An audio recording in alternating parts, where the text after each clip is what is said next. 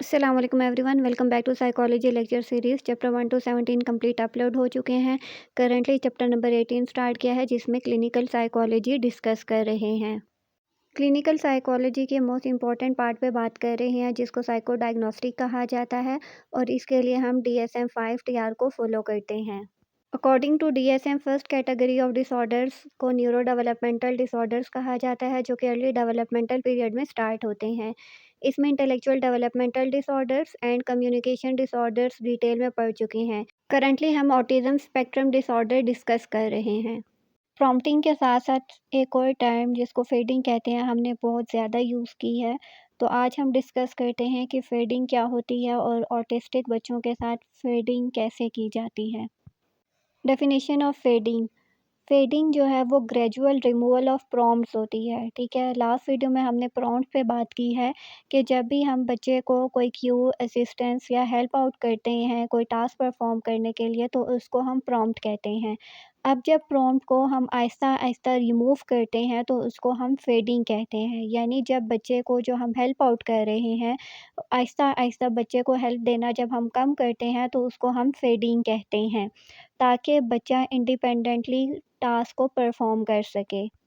अब फेडिंग का फ़ायदा ये होता है कि एक तो बच्चा डिपेंडेंट नहीं रहता, और बच्चे ने जो स्किल सीखी होती है वो उसको रियल लाइफ में या प्रैक्टिकल लाइफ में इजीली यूज़ कर सकता है, बजाय इसके कि वो फिर से प्रॉम्प्ट का वेट करे।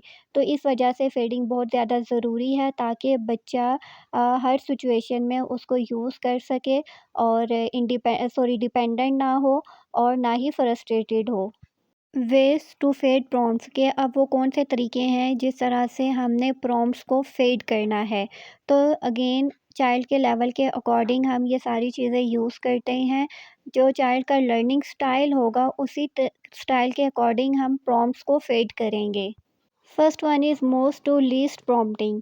मोस्ट है तो इट्स मीन के सबसे पहले हम बच्चे को स्ट्रॉन्गेस्ट सपोर्ट प्रोवाइड करेंगे, यानी फ़िज़िकल गाइडेंस देंगे। जो बच्चे को हमने स्पून पकड़ना सिखाया था, वो फ़िज़िकल सिखाएंगे, यानी कोई भी टास्क परफॉर्म करवाने के लिए बच्चे का हाथ पकड़ के उससे टास्क परफॉर्म करवाएंगे। Then Aahista Aahista weaker support की तरफ आएंगे, यानी सिर्फ बच्चे को स्पून की तरफ पॉइंट आउट करेंगे, ताकि बच्चा खुद से स्पून को कैरी करे, होल्ड करे, हैंडल करे। उसके बाद आहिस्ता आहिस्ता ये हेल्प भी हम उसकी हटा देंगे, और सिर्फ स्पून रखी होगी तो बच्चे को खुद ही अंदाज़ा हो जाएगा कि अब आपने उसने स्पून की मदद से राइस खाने हैं। देन आहिस्ता-आहिस्ता हमने उसको इस पॉइंट पे लेकर आना है कि उसको खुद से अंदाज़ा हो जाए कि राइस खाने के लिए हम स्पून का यूज़ करते हैं, और वो खुद से ही स्पून सर्च करे, उसको लेकर आए, और फिर उससे राइस खाए। अगेन इन बच्चों को मैनर सिखाना थोड़ा डिफ़िकल्ट होता है, लेकिन ये जब एक बार सीख लेते हैं तो वो उसको प्रैक्टिकली ईज़िली कर सकते हैं। फॉर एग्ज़ाम्पल बच्चे को हमने हाथ धोना सिखाने हैं, ठीक है? तो फर्स्ट पे हम क्या करेंगे, फ़िज़िकल प्रॉम्प्ट देंगे, यानी हाथ पकड़ के बच्चे के हाथ धोएँगे। सेकंड पे क्या है कि हम सिर्फ़ और सिर्फ सिंक की तरफ इशारा करेंगे, यानी उसको जेस्चर प्रॉम्प्ट देंगे। जब बच्चा जेस्चर प्रॉम्प्ट सीख जाएगा, फिर उसके बाद लास्ट पे उसको इंडिपेंडेंट करेंगे कि वो खुद से हाथ धोना सीख जाए, ठीक है? अगेन ये हर बच्चे के लेवल के अकॉर्डिंग डिफरेंट तरीके से वर्क करेगा। हो सकता है कुछ बच्चों को आपको 2 से 3 बार हाथ पकड़ के हाथ धुलाने पड़ें, और हो सकता है कुछ बच्चे जो है वो 2 अटेम्प्ट्स में सीख जाएँ, और कुछ जो है वो 1 अटेम्प्ट में ही सीख लें। तो ये सारी चीज़ें हम हमेशा बच्चे के लेवल के अकॉर्डिंग अप्लाई करते हैं। सेकंड पे हमारे पास आता है लीस्ट टू मोस्ट प्रॉम्प्टिंग, ठीक है। अब यहाँ पे आपने क्या करना है कि पहले कोई भी चीज़ अगर आपने सामने रख दी है, तो आपने वेट करना है कि बच्चा जो है वो खुद से रिस्पॉन्ड करे, ठीक है। अगर वो स्ट्रगल कर रहा है, तो फिर आपने तब स्ट्रॉन्गर प्रॉम्प्ट को ऐड करना है step by step. For example, asking child to say Apple.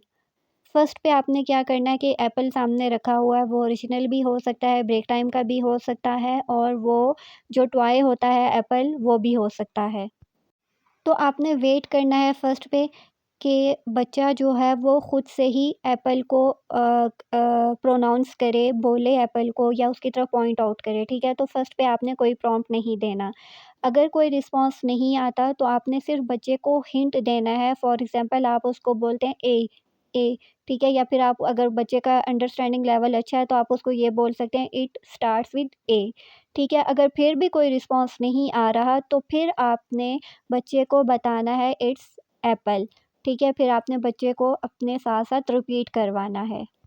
तो इस सारे प्रोसेस को हम कहते हैं least to most prompting. Next is time delay prompting. अब इसमें क्या होता है कि जो बच्चे को आप प्रॉम्प्ट दे रहे हैं, हेल्प आउट कर रहे हैं, उसको आहिस्ता-आहिस्ता आपने डिले करना है ताकि बच्चे को इंडिपेंडेंट बनाया जा सके। फॉर एग्ज़ाम्पल बच्चे को हमने क्या करना है, teaching child to greet hello. ठीक है, अब हमने उसको हेलो करना सिखाना है। फर्स्ट पे क्या होगा, हमने फ़ौरन से उसको प्रॉम्प्ट दे देना है कि वो हेलो बोले। ठीक है, उसके बाद हमने क्या करना है कि नेक्स्ट टाइम जब हेलो की बारी आएगी तो हमने कुछ टाइम के लिए, कुछ सेकंड के लिए पॉज़ देना है प्रॉम्प्टिंग देने से पहले, ताकि बच्चा खुद से भी हेलो कहे। तो एज़ अ रिज़ल्ट क्या होगा कि बच्चा प्रॉम्प्टिंग का वेट किए बगैर हेलो कहना सीख जाएगा। Next is fading prompt intensity. मतलब अब जो प्रॉम्प्ट हम दे रहे हैं उसकी इंटेंसिटी को हमने हल्का करना है, कम करना है, रिड्यूस करना है। For example teaching child to pick up toys. ठीक है, हम बच्चे को टॉयज़ का उठाना सिखाते हैं, या टॉयज़ अगर बिखरे हुए हैं तो उसको एक बास्केट में डालना सिखाते हैं। ठीक है, तो स्टार्ट में हम वर्बल क्यू देंगे, pick up the red block and put it in the basket. Next attempt में आपने सिर्फ बोलना है पिकअप। जब आप पिकअप बोलोगे बच्चा अंडरस्टैंड कर लेगा, ब्लॉक्स उठाएगा, बास्केट में डालेगा। और लास्ट पे आपने क्या करना है, यानी थर्ड अटेम्प्ट जब आप कर रहे होंगे तो आपने सिर्फ ब्लॉक्स की तरफ देखना है। तो चाइल्ड ऑटोमेटिकली अंडरस्टैंड कर लेगा कि अब उसने ब्लॉक्स को उठाना है और बास्केट में डालना है। तो अब यहाँ पे बच्चा आपके वर्ड्स बोले बगैर सिचुएशन को अंडरस्टैंड कर लेगा।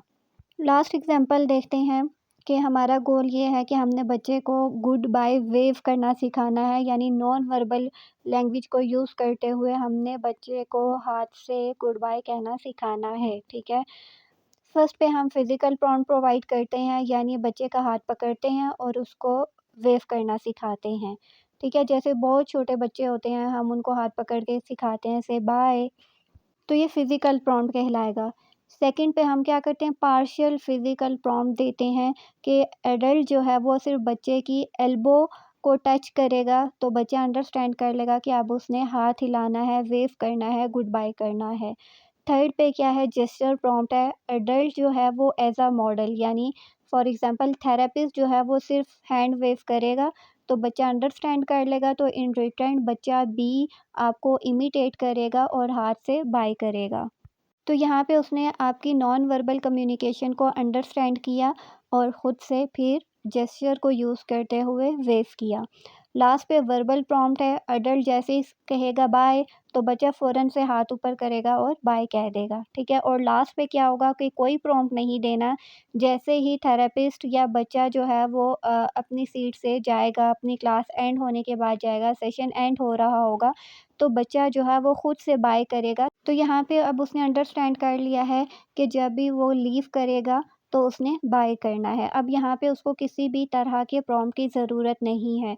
तो इट्स मीन कि हमने प्रॉम्प्ट को आहिस्ता-आहिस्ता फेड कर दिया, रिड्यूस कर दिया, बच्चे को इंडिपेंडेंट कर दिया, एम्पावर कर दिया। बच्चा जो है अब वो खुद से बाय कहना सीख लेता है। अब उसको किसी भी किस्म के फ़िज़िकल, जेस्चरल, वर्बल किसी भी तरह के प्रॉम्प्ट की ज़रूरत नहीं है। इन शॉर्ट या समराइज़ करते हैं, प्रॉम्प्टिंग का मतलब है कि हेल्प प्रोवाइड करना, और प्रॉम्प्ट फेडिंग का मतलब है कि आहिस्ता-आहिस्ता उस हेल्प को रिमूव कर देना। ठीक है, इस वर्क का गोल क्या होगा कि बच्चा इंडिपेंडेंट होने के साथ-साथ कॉन्फिडेंट भी होगा। ठीक है, जैसे हमने पढ़ा था ना कि इन बच्चों की वर्बल, नॉन वर्बल कम्युनिकेशन नहीं होती, सोशल इंटरेक्शन नहीं होता।